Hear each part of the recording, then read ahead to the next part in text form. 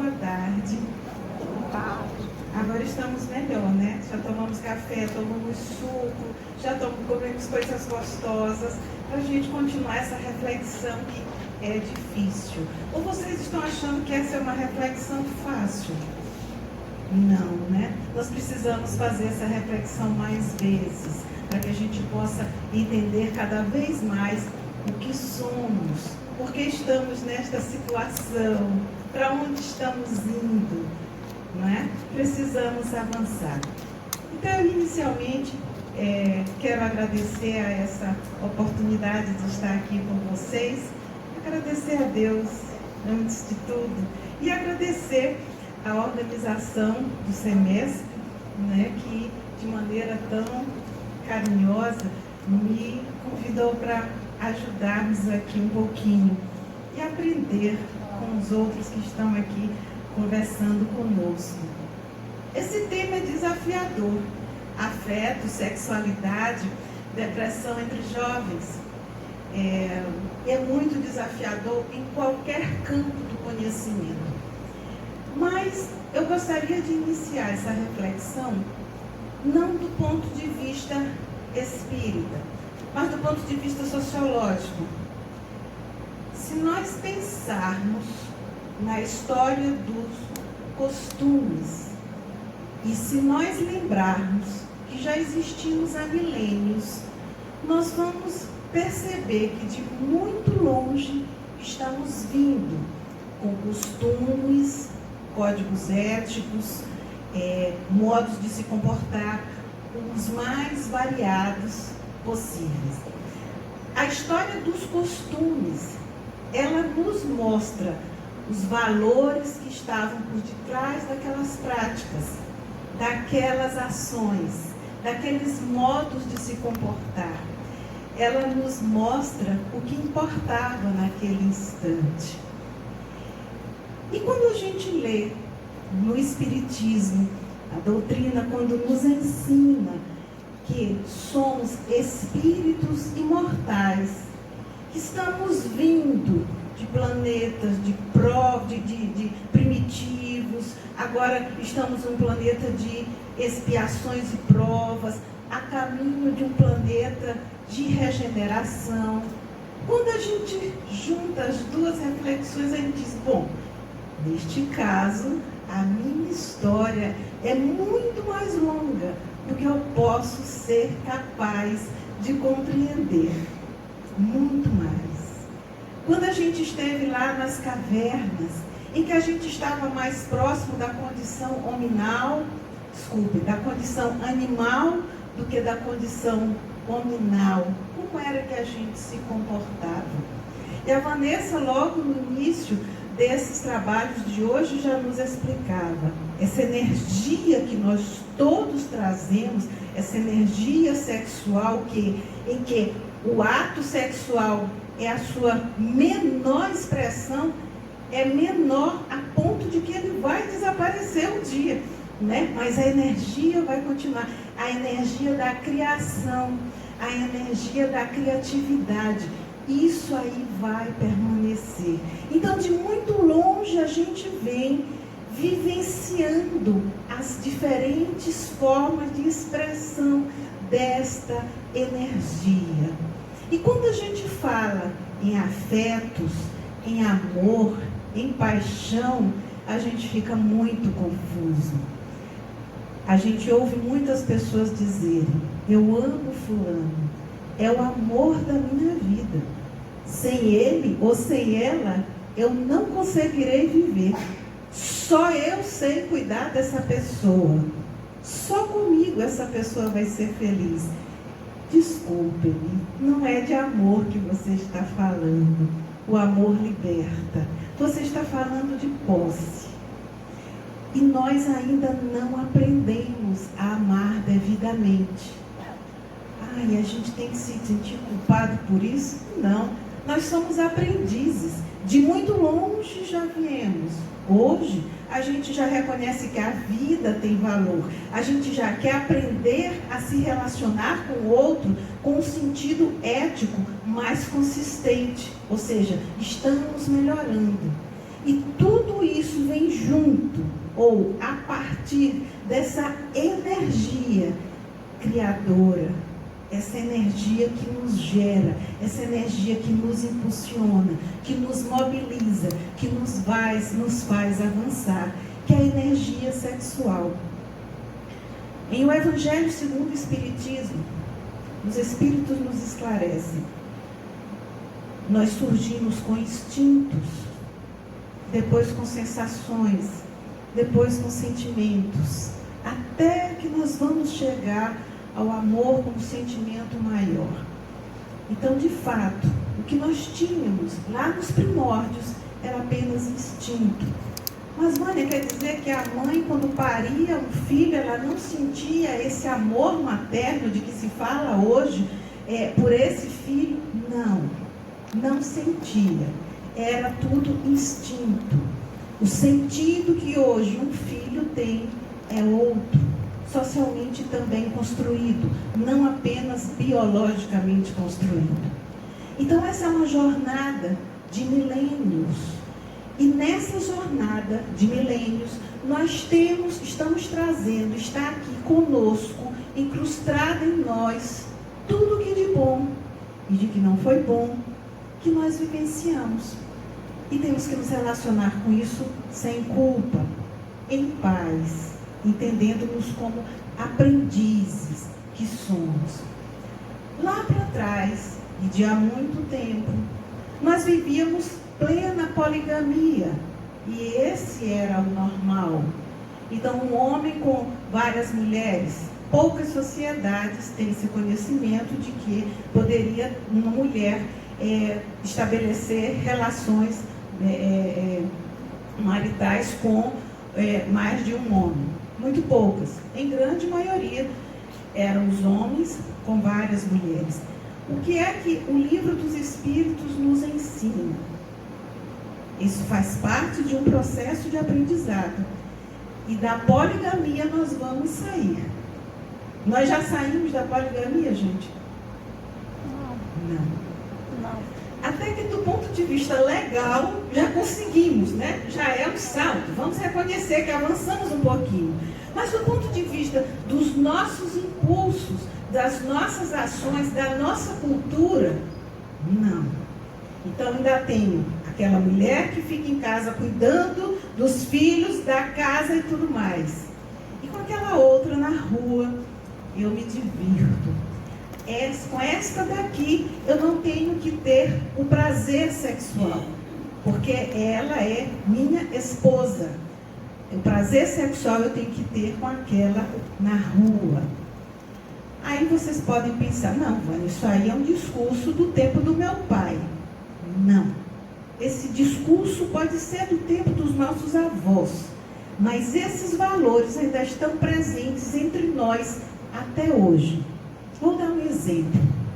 Se um jovem, em uma noite de balada, fica, né, que é o termo, fica com 10 meninas, ao final da noite ele está numa boa? Currículo, né? Não é verdade? Eita, mas aquele é bom. Ou vou falar mal dele? Não, nem sim, nem não, gente, nada.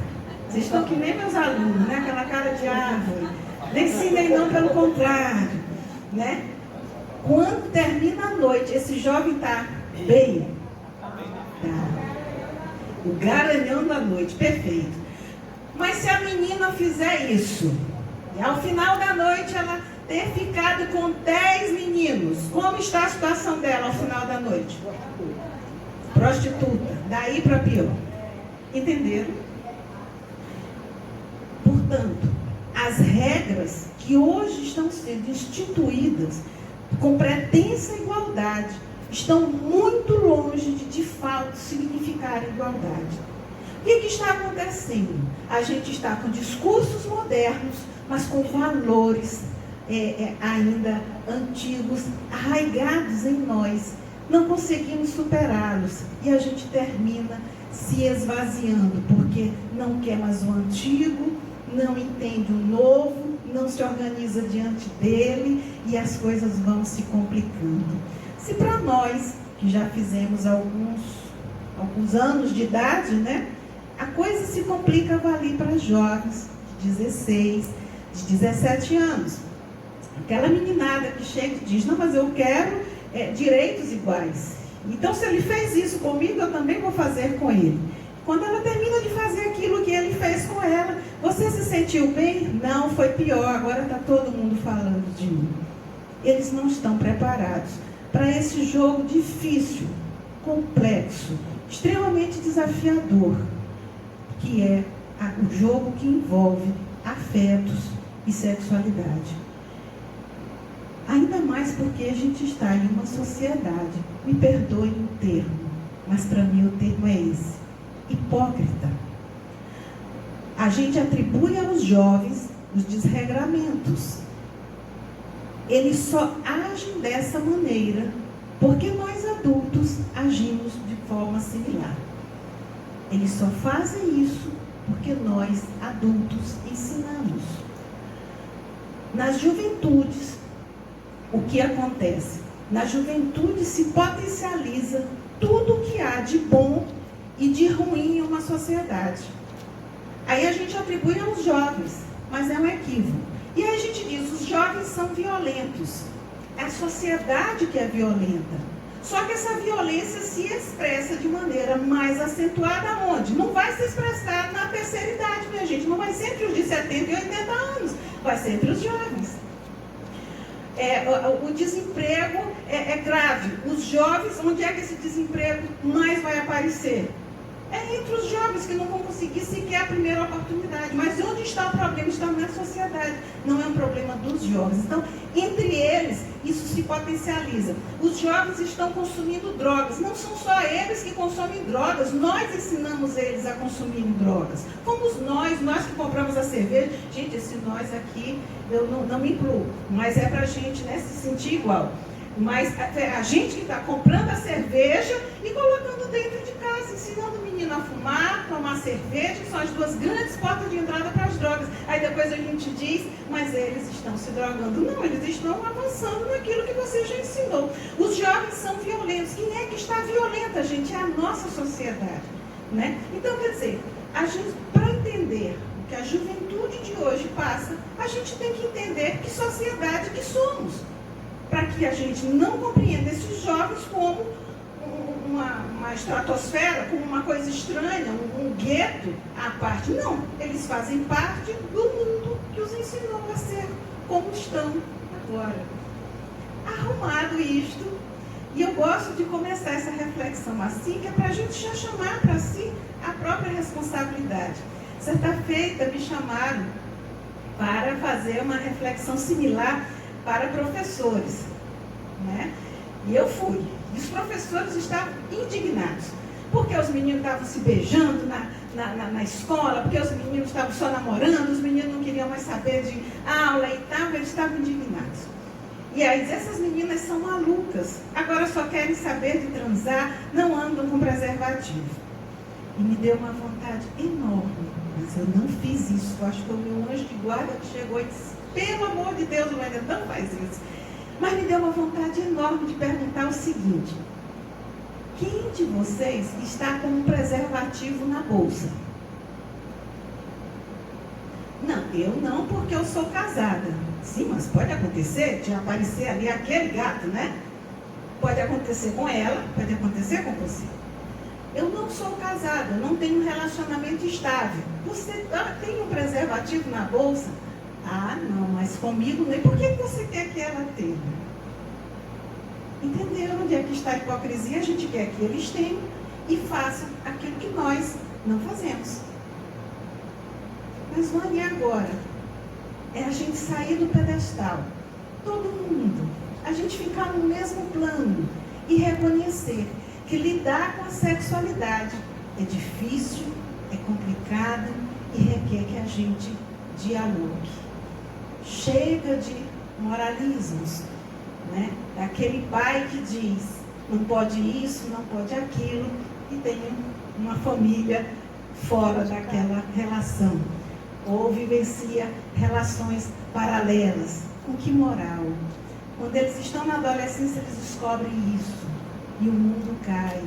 O meu pai, que eu achava que era o máximo, eu descobri que faz isso, isso e aquilo outro. A minha mãe, que eu pensava isso e isso, ela faz aquilo e aquilo outro. Então ele descobre esse mundo que para ele não é fácil entender. Por que nós temos que começar com essa reflexão, gente? Porque a gente vem de um longo processo de aprendizado. Apesar de, do ponto de vista legal, não termos mais a poligamia, mas a necessidade de variar de parceiros ainda está em nós. O que é capaz de nos barrar? O que pode nos barrar? O ímpeto, o instinto, o impulso, os padrões de moralidade. Então, se eu tenho um relacionamento estável e me sinto com desejo por alguém, eu tenho que ter um padrão de moralidade. Eu não estou falando de moralismo, estou falando de moral, de ética. Eu tenho que me oriente de não é correto que eu faça isso. Eu tenho que respeitar o meu parceiro ou a minha parceira. É essa noção, é esse valor que vai me barrar. Aqui eu estou falando de moral no sentido de noção de certo, errado, bom e ruim. Não tem nada a ver com moralismo. Enquanto cerne da ética que nos ensina o que devemos fazer. Nós não temos isso. E aí estamos com os jovens em um mundo de profundas diversidades, insatisfações intensas, com dificuldades de aceitar o não. Nós tivemos não. Os jovens de hoje têm poucos nãos. E aí a gente diz, mas o jovem de hoje quer tudo aqui e agora. É a sociedade que está assim. Aí volta. A culpa não é deles. É a nossa sociedade que está assim. A nossa sociedade é do aqui e agora. A nossa sociedade tecnológica, do jeito que está, é do apertar o botão e ter o que eu quero. É assim que nós todos estamos. Só que isso, como falei no começo, se potencializa entre eles. Então, ao invés de nós ficarmos culpabilizando os jovens, nós temos que compreender que fenômenos são esses que estão acontecendo em toda a sociedade e como ajudá-los a lidar com isso. Se há 50 anos a gente tinha iniciação sexual depois do casamento, e se hoje já não é mais assim, não adianta eu ficar com aquele discurso de 50 anos atrás. Eu tenho que ver qual a necessidade de hoje e o que é que eu preciso fazer. Com esses professores, alguns sugeriram, vamos proibir o beijo. Eu disse, meu Deus, mas os meninos estão transando na escola, como é que vai proibir o beijo? Não, mas se a gente falar de sexo, vai estimular. Não, vai esclarecer. Vai esclarecer isso. Vocês estão longe de imaginar o quanto ainda é polêmico nas escolas. Não vamos falar sobre isso porque vai só estimular. Vai esclarecer, gente. A gente precisa dialogar. Então, esses jovens estão na era da informação, cada vez mais isolados e atormentados. A diferença de 50 anos, quando nós tínhamos nas relações face a face, a maneira de lidar com a dor humana, requer que a gente tenha a possibilidade de pôr para fora aquela situação difícil, aquilo que está nos afligindo. A gente precisa conversar. Isso é da nossa natureza. Há algum tempo, nós tínhamos o amigo confidente. Como era saudável aquilo, não é? Você ter alguém com quem você podia confidenciar tudo, as suas dificuldades, suas ansiedades, seus medos, né? Suas vitórias. Hoje, gente, quando nós fazemos palestras nas escolas, e assim, grupos de 100, 120 ou de 250, como aconteceu recentemente no Ceará, né? 250, que a gente pergunta assim, quem de vocês tem aquele amigo em que você pode confiar e conversar num momento de dificuldade, de dor, de tristeza? Invariavelmente, a resposta vem de menos de 10%. Dá vontade de chorar. E aí a gente olha e diz, e como é que vocês fazem quando vocês estão sofrendo muito? Choram. Certo.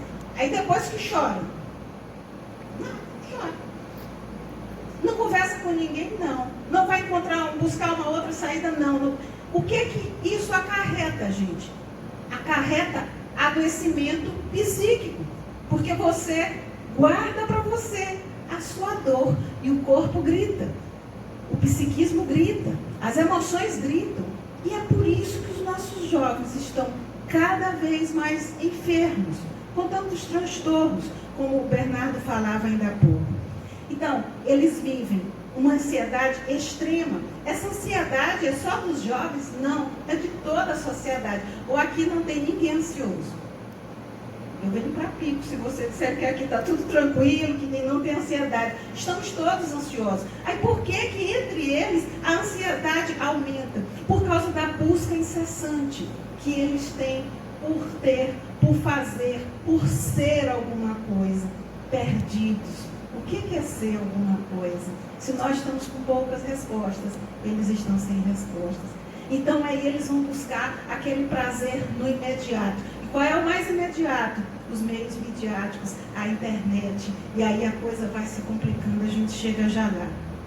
Então eles ficam, no que respeita as preocupações deles, algumas pesquisas estão indicando o seguinte, que os jovens hoje, em algumas pesquisas sendo feitas, pesquisas nos Estados Unidos, os jovens hoje estão com uma grande preocupação com a sua saúde mental. Muito mais do que com o uso de drogas, com o alcoolismo. Chama atenção isso, porque eles estão percebendo com os seus pares, uns e outros, como eles não estão bem.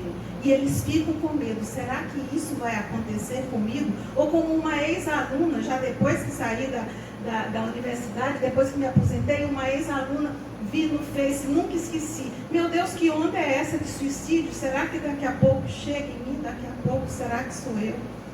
E eu fiquei tão preocupada com aquilo, e tinha o telefone, liguei, conversei com ela, graças a Deus, ela está bem. Mas vejam, é o medo de, será que essa onda vai me pegar também? Eu não vou conseguir reagir, eu não vou conseguir melhorar. Então, eles vivem num turbilhão de sensações, de emoções, de sentimentos. Se é difícil para nós todos acalmarmos essas energias desenfreadas que nós ainda temos, avalie eles no momento em que os próprios hormônios ajudam essa fase dessa efervescência. É muito difícil barrar. E aí o que eles estão fazendo? Não tem com quem conversar. Nos meios multimídia não há diálogo, são pequenas trocas de informação. Então eles vão seguindo uns aos outros, optando pelos piores caminhos, frequentemente. O amor, aquela ideia de amor, eu vou encontrar um parceiro, uma parceira que eu ame. E a ele eu vou entregar meu primeiro beijo, ou a ele eu vou entregar minha primeira relação sexual. Não é mais assim. Agora é por meio da internet. E na internet eles vão encontrar como fazer isso, o que fazer, e estão sendo usados por muitos sites. Eles estão em estado de vulnerabilidade imenso. Vânia, que quadro negro é esse? Tu vieste para cá para deixar a gente mais triste depois de um lanche tão gostoso? Não é esta a intenção. Mas se nós não reconhecermos os problemas que nós temos, nós não temos como pensar maneiras de enfrentá-los. Nós temos que enxergá-los de frente. Então, eles vivem isso, o amor substituído por desejo, por posse, busca do prazer efêmero.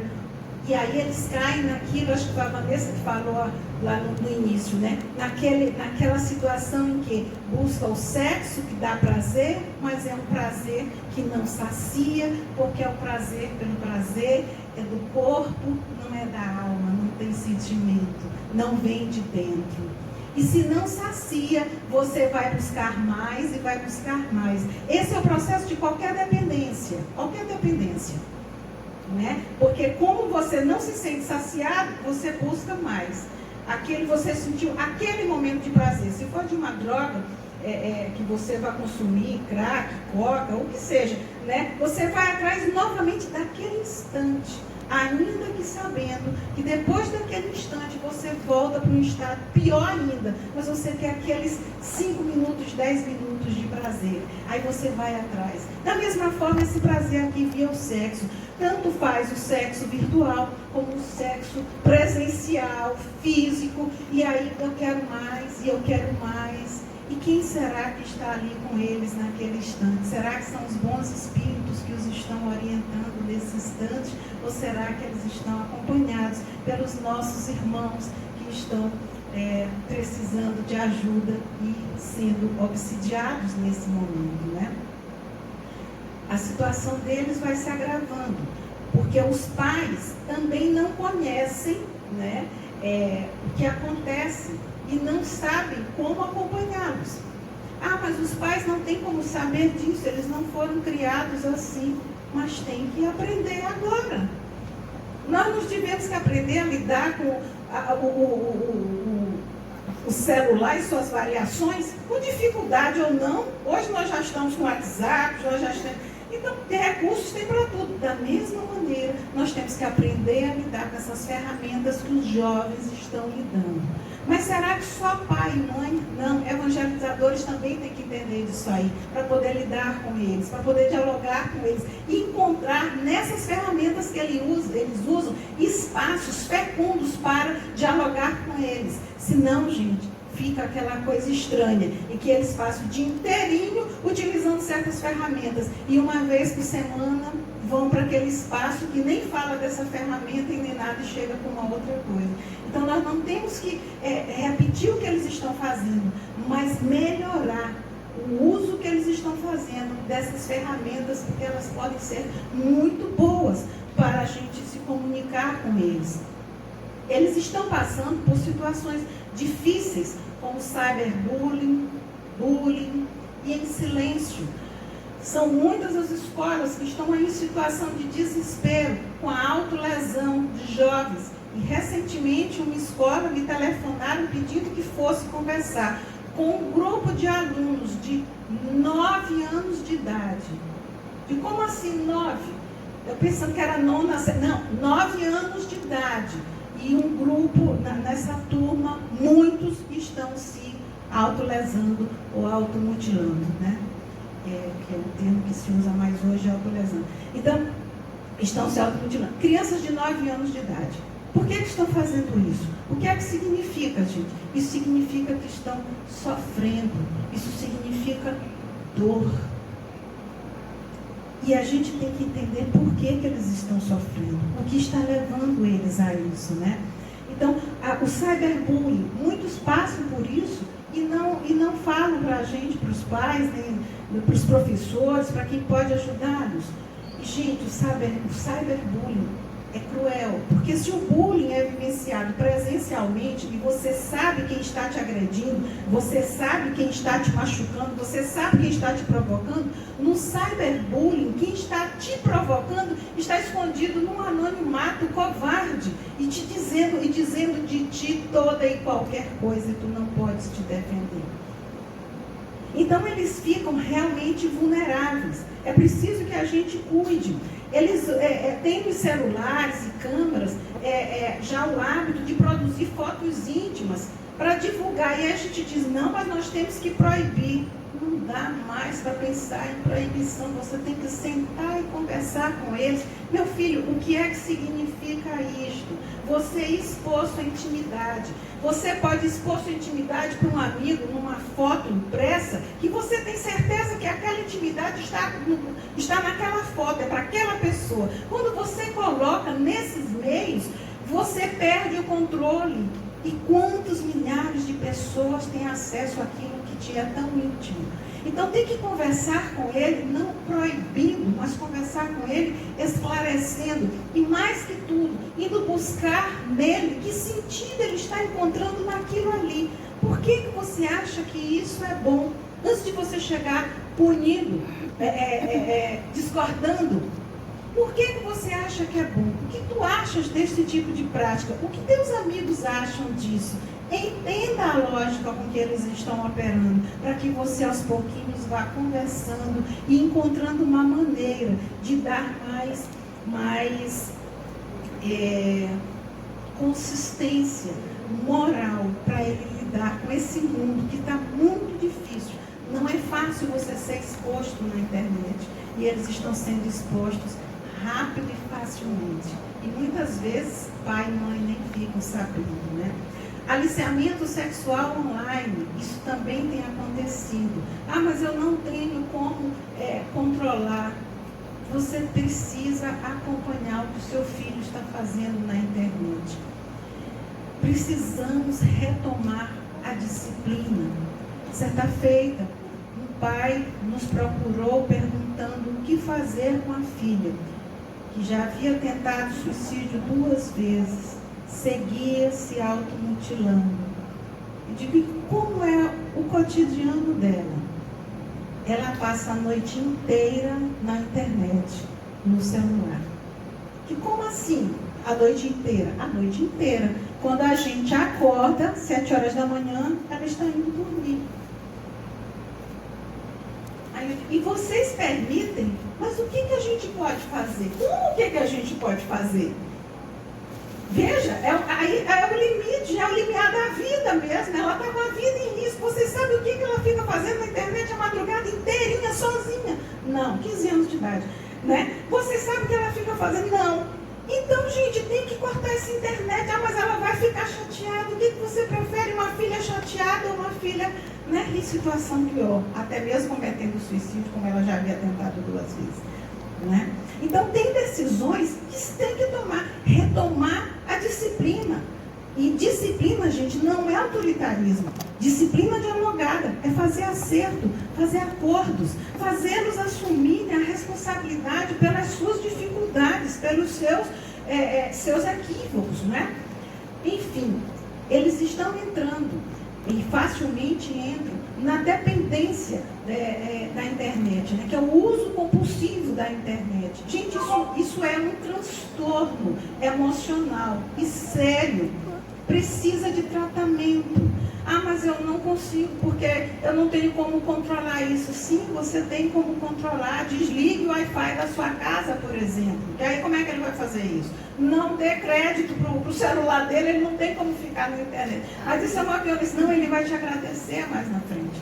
Né, por teres conseguido barrar um pouco. Agora, negocia, conversa, discute. Eles estão em risco. O que isso resulta, gente? Esse quadro de dor a que eles estão submetidos, de falta de sentido, de valores, vazio, mundo efêmero, nada fica por muito tempo, tudo é muito passageiro. Quando ele está nesse quadro, ele rápido e facilmente entra em estado depressivo. O que é a depressão? A depressão é um descontentamento com o que está acontecendo com você. Quem nos ensina isso é Emmanuel. O depressivo não aceita a sua realidade. Dizer isso para um depressivo é sempre muito difícil, porque ele dá logo uma encarada. Como assim?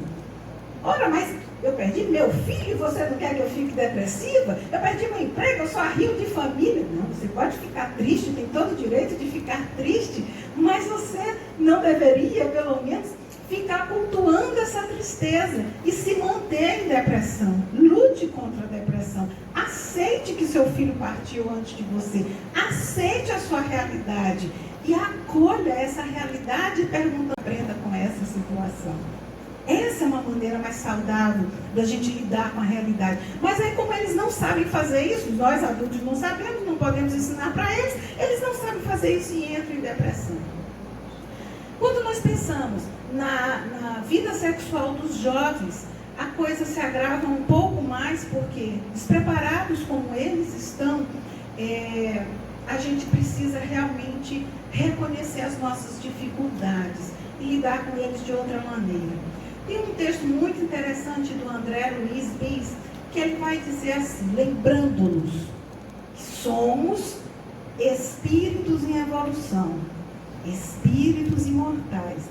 Trazemos em nossa mente a nossa história, seja com clara consciência, seja no inconsciente. Então, os nossos hábitos, os nossos comportamentos do passado, eles estão todos em nós. O que nós trazemos de equívoco é para a gente contornar. Então, quando a gente percebe que está indo por uma direção equivocada, a gente tem que barrar aquela tendência. Temos que fazer isso. Porque ele diz assim, o que é que nós queremos? Reiniciar a nossa vida sexual, porque somos espíritos imortais. Nós estamos apenas reiniciando aqui a vida sexual nesta existência. A gente quer reiniciar do ponto em que paramos na encarnação anterior, ou a gente quer reiniciar repetindo o que nós fazíamos na encarnação anterior. A escolha é nossa. Se nas encarnações anteriores nós nos envolvemos com prostituição, nós nos envolvemos com infidelidade, nós traímos, nós fomos desleais, nós não somos flocos e cheios, né? Já aprontamos poucas e boas. Nesta, estou reiniciando a minha vida sexual. Eu quero reiniciar como? Traindo também, de novo, sendo desleal, sendo desonesta? Não, eu quero reiniciar em outras bases. Eu quero reiniciar fazendo diferente. Se nós conversarmos isso com os nossos jovens, eles vão entender que a vida sexual não pode ser esse oba-oba.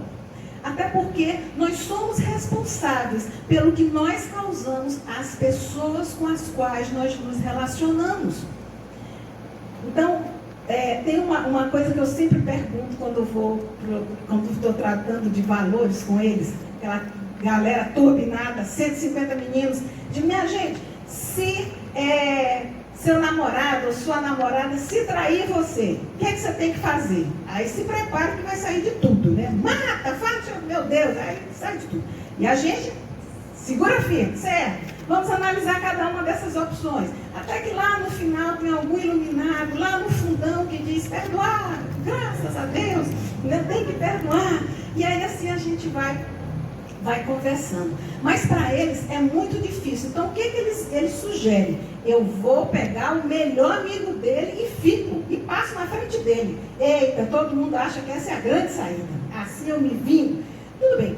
Quando você terminar a noite, ficou com uma pessoa que você não gosta, você ficou bem? Não. Sua dor passou? Não. Seu ex-namorado voltou? Não. Serviu para quê? Ah, mas eu me vinguei. Passou a dor? Não. Realmente não adianta. Esse diálogo a gente precisa ter com eles, para que eles possam compreender que quando a gente usa outro, inclusive, a gente está se comprometendo com o outro. Eu usei uma outra pessoa, eu enganei essa outra pessoa só para fazer ciúme para aquele lá. Esse sentido moral, e não moralizador, mas moral, né? Ele é necessário no diálogo que a gente tem com eles. E a gente pode perguntar, você gostaria que alguém fizesse isso com você? Te usasse só para fazer ciúme para o outro lá? O que tu achas? Ah, comigo não. Então, por que você quer fazer com o outro? Entendeu? Como dialogar é diferente de impor a regra e dizer é proibido o quê? 2 pontos.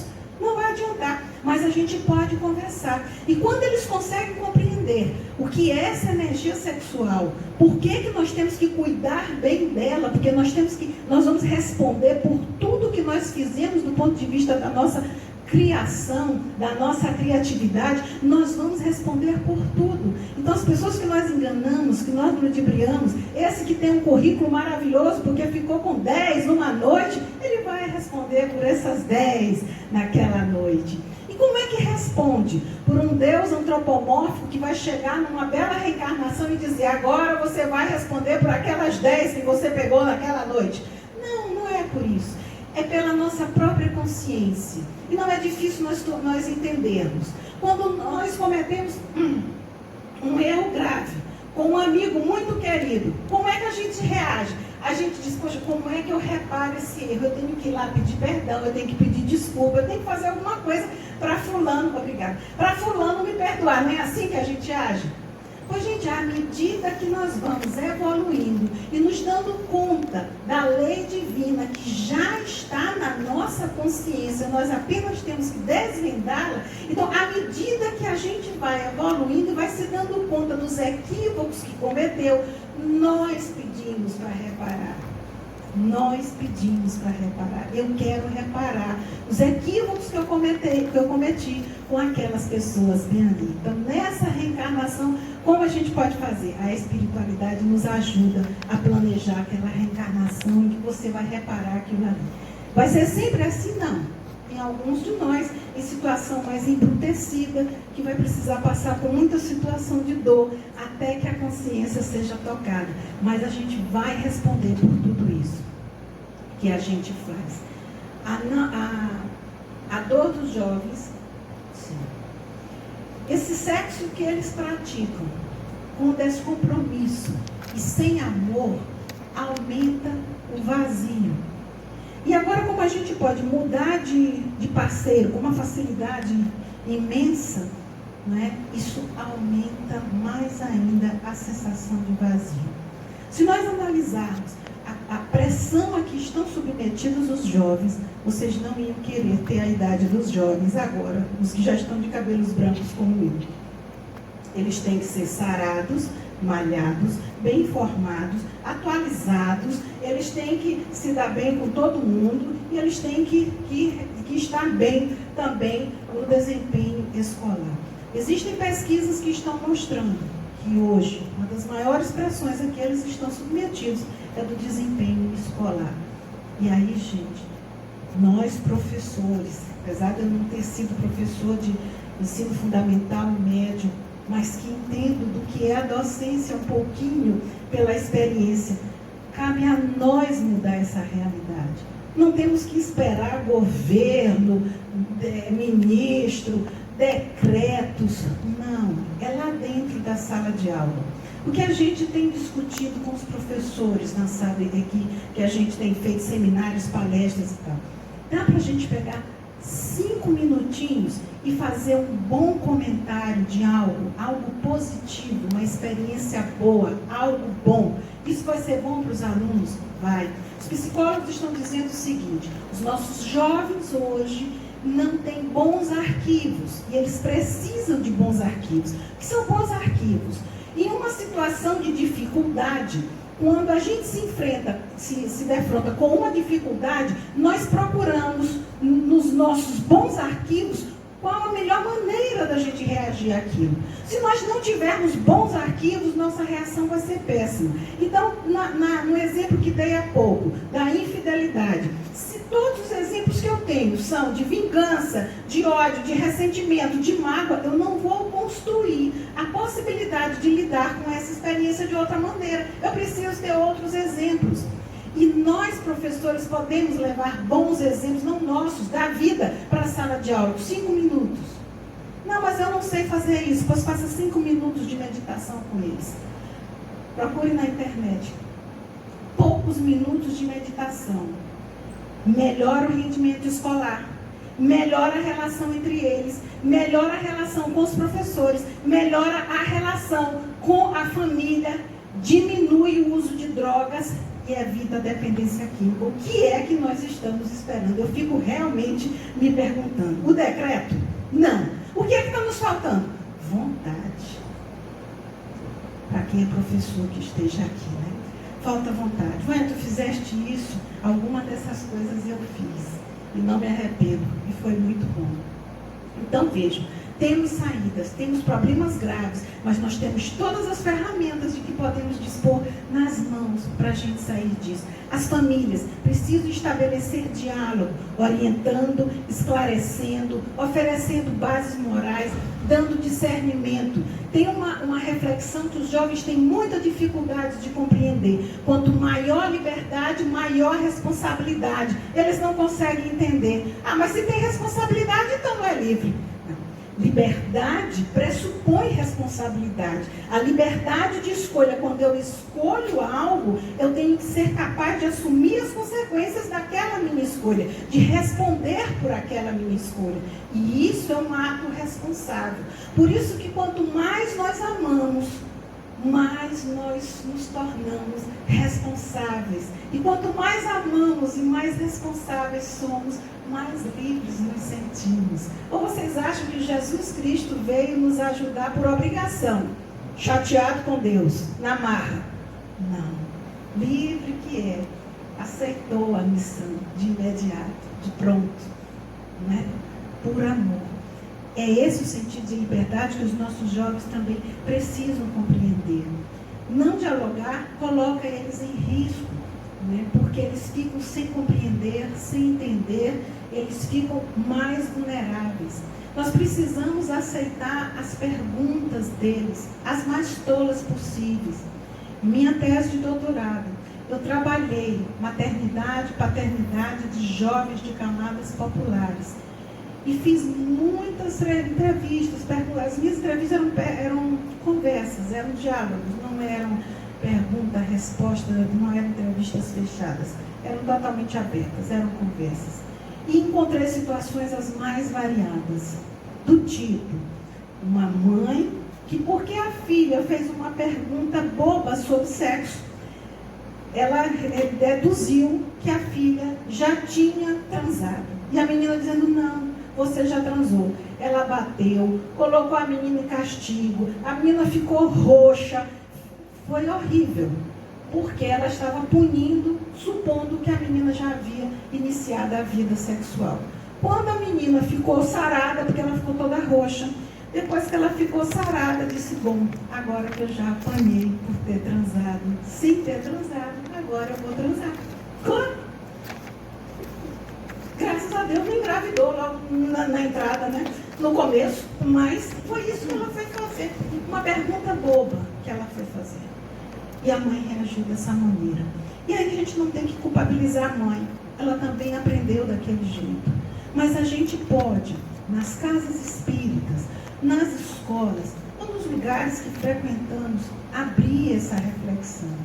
Os adultos precisam também aprender, e muito. E eventos como esse, nós precisamos replicar outras abordagens, outros enfoques, mas para a gente compreender cada vez mais e melhor essa dimensão da sexualidade.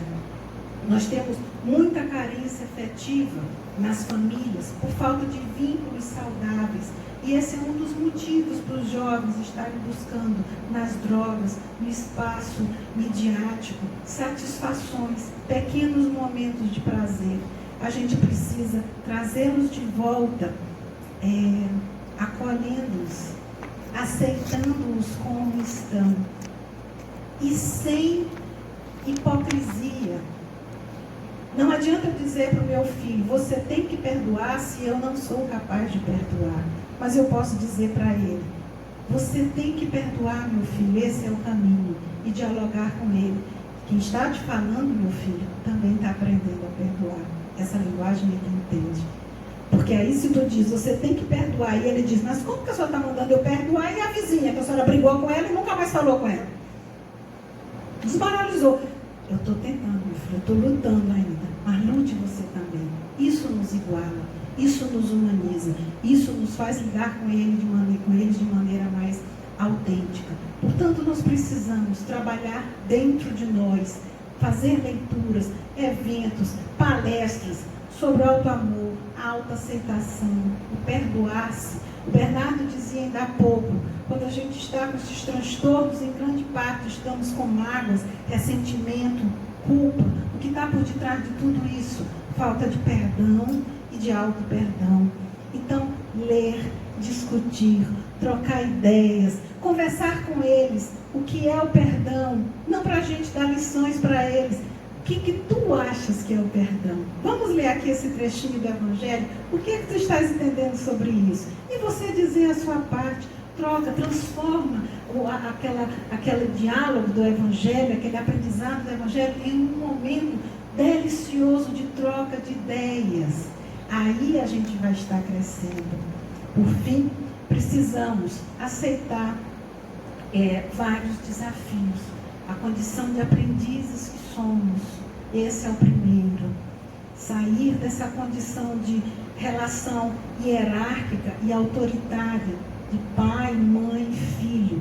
A autoridade, sim, tem que se manter, mas colocando-nos todos nós como aprendizes. Eu quero finalizar essa reflexão que eu tentei fazer, chamando-nos a todos nós para o trabalho. Esse é um trabalho para todos nós. Essa sociedade, nós a construímos. Esses equívocos são nossos. Então as possibilidades de superação têm que ser nossas também. E nós somos capazes. Com o avanço da transição, esses problemas que estamos enfrentando, eles vão se agravar. E é para a gente ficar triste? De jeito nenhum. É para a gente se preparar mais e melhor, né? Nos habilitando para enfrentá-los com mais serenidade. Eu gostaria de finalizar com um pequeno trecho de Emmanuel, no livro Vida e Sexo. ele diz assim, e com essa passagem ele resume essa reflexão. Ele diz: não proibição, mas educação. Não abstinência imposta, mas emprego digno com o devido respeito aos outros e a si mesmo. Não indisciplina, mas controle. Não impulso livre, mas responsabilidade. Fora disso, é teorizar simplesmente, para depois aprender ou reaprender com a experiência. Sem isso, será enganar-nos, lutar sem proveito, sofrer e recomeçar a obra da sublimação pessoal, tantas vezes quantas se fizerem precisas, pelos mecanismos da reencarnação. Porque a aplicação do sexo ante a luz do amor e da vida é assunto pertinente à consciência de cada um. E por isso não podemos impor ao outro um modo de se comportar, mas podemos dialogar com o outro os parâmetros que nos fundamentam os comportamentos, as reações, o modo de ser. Toda essa reflexão nos diz o seguinte: temos que respeitar-nos e dialogar uns com os outros, não importa a idade. E a vocês jovens aqui presentes, recebam de mim um abraço muito especial de quem os respeita, com as dificuldades que estão enfrentando, mas que se coloca como parceiro nesse aprendizado difícil, que é viver nesse avanço da transição planetária. Muito obrigada, um abraço a todos vocês.